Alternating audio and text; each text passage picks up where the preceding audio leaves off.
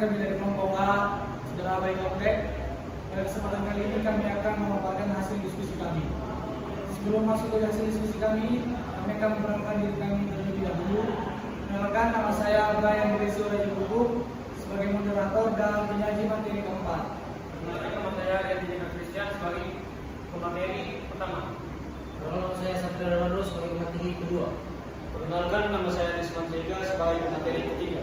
Baik, untuk menjadi materi yang pertama, kami persilakan materi yang keempat.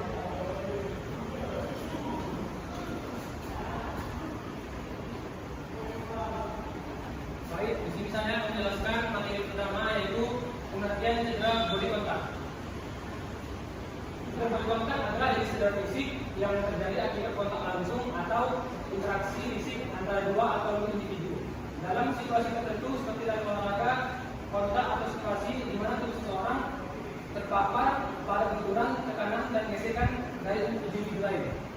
Poin tambahannya, cedera olahraga bodi kontak juga atau cedera kontak fisik langsung terjadi ketika atlet terlibat dalam olahraga yang melibatkan kontak fisik dengan lawan atau bermain keras seperti bola, alat atau permukaan keras lainnya. Ini bisa terjadi dalam berbagai olahraga seperti sepak bola, rugby, hoki, bulat, dan lain-lain. Baik, untuk materi selanjutnya akan saya sarankan kepada pemateri kedua.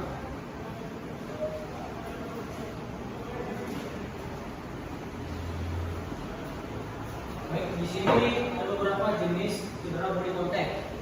Pertama itu adalah cedera ACL atau anterior cruciate ligament, di mana cedera ini umumnya terjadi pada atlet sepak bola, basket, dan juga hoki. Nah, ACL adalah ligamen yang menghubungkan tulang paha dan tulang ring dan bisa robek akibat pergerakan dan tiba-tiba benturan. Lalu yang kedua, cedera otot dan ligamen. Nah, atlet sering mengalami cedera otot atau ligamen ini seperti cedera hamstring, Achilles atau cedera ligamen atau lutut, ACL atau LCL. Karena gerakan yang sedang bergerak tajam dan olahraga yang kontak. Lalu cedera kepala. Cedera kepala seperti gelar otak ringan atau sering terjadi pada olahraga seperti sepak bola, tinju atau rugby akibat benturan keras atau tubuh saling saling bertabrakan. Kita lanjutkan ke keempat, untuk fraktur tulang. Pada ini fraktur tulang, patah tulang ini seperti patah tangan, lengan atau kaki bisa terjadi dalam olahraga kontak seperti bola, hoki atau balap sepeda gunung. Nah, ini dapat terjadi akibat benturan keras. Lalu kita masuk yang kelima, itu adalah robekan otot. Pada robekan otot ini, ketegangan otot atau benturan keras dapat menyebabkan robekan otot yang sangat menyakitkan. Lalu yang terakhir, ada luka memar dan luka gores. Memar dan luka gores adalah cedera kulit dan jalan lunak yang sering terjadi dalam benturan fisik. Selanjutnya pada pemateri ketiga.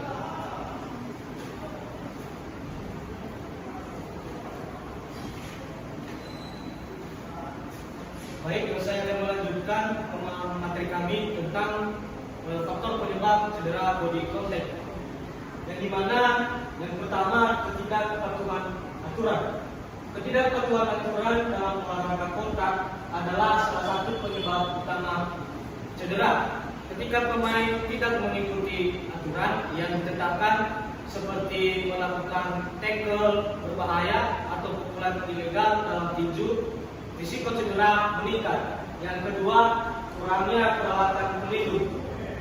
Pemakaian perlindungan yang sesuai sangat penting dalam olahraga kontak. Kurangnya atau penggunaan yang tidak tepat dari peralatan pelindung seperti helm, pelindung mulut, pelindung lutut, dan pelindung tubuh dapat meningkatkan risiko cedera. Yang ketiga, teknik yang buruk. Nah, dalam teknik yang buruk dalam melakukan kontak fisik dapat meningkatkan risiko cedera. Ini bisa termasuk teknik tackling yang salah dalam sepak bola atau rugby, atau teknik pukulan yang buruk dalam tinju. Selanjutnya, yang keempat, faktor fisik. Kondisi fisik individu dapat mempengaruhi risiko cedera. Kurangnya kebugaran, fleksibilitas yang buruk, atau kelemahan otot dapat meningkatkan risiko cedera. Yang kelima, intensitas pertandingan. Pertandingan dengan intensitas tinggi seperti pertandingan final atau pertandingan berdarah cenderung memiliki risiko cedera yang lebih tinggi karena pemain mungkin lebih cenderung melakukan kontak fisik dengan intensitas yang lebih besar. Baik, materi selanjutnya saya akan serahkan kepada materi keempat.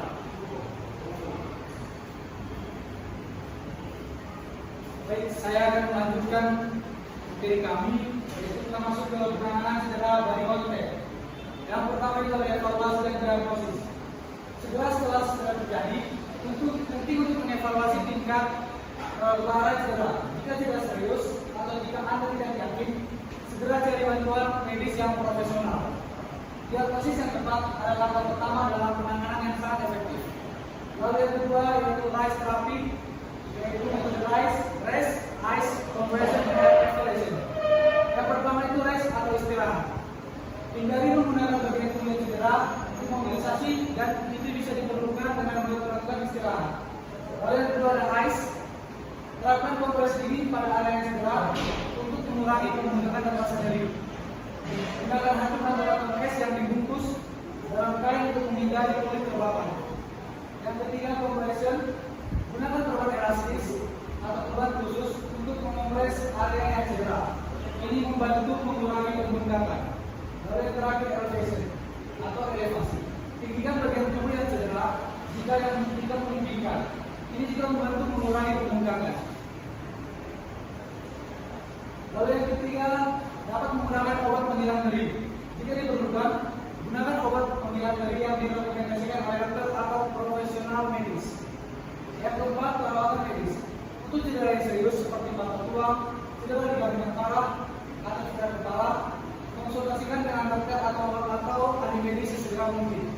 Perawatan yang lebih lanjut seperti pemasangan gips, operasi, atau terapi fisik mungkin diperlukan. Yang kelima, rehabilitasi. Setelah fase akut cedera berlalu, rehabilitasi sering diperlukan untuk memulihkan kekuatan, fleksibilitas, dan fungsi normal. Fisioterapis atau pelatih olahraga dapat membantu dalam proses ini. Ini adalah beberapa contoh gambar dari cedera body contact. Yang pertama ada cedera ACL, gambar kedua ada cedera kepala, dan yang ketiga cedera dan tipe fraktur tulang. Kita masuk ke kesimpulan materi kami. Cedera body contact atau cedera kontak tertentu merujuk pada cedera yang terjadi dalam situasi di mana dua atau lebih individu atau objek berinteraksi secara langsung dan menyebabkan kontak fisik. Penting untuk diingat bahwa cedera body contact dapat bervariasi dari yang ringan hingga yang parah dan dapat melibatkan berbagai jenis cedera termasuk memar, patah tulang, cedera otot, cedera kepala, dan cedera yang lainnya.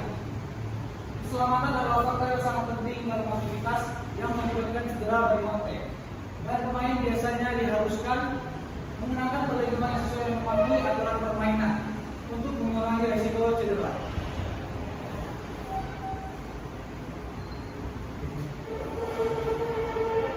Baik, sekian penyampaian materi dari kelompok A.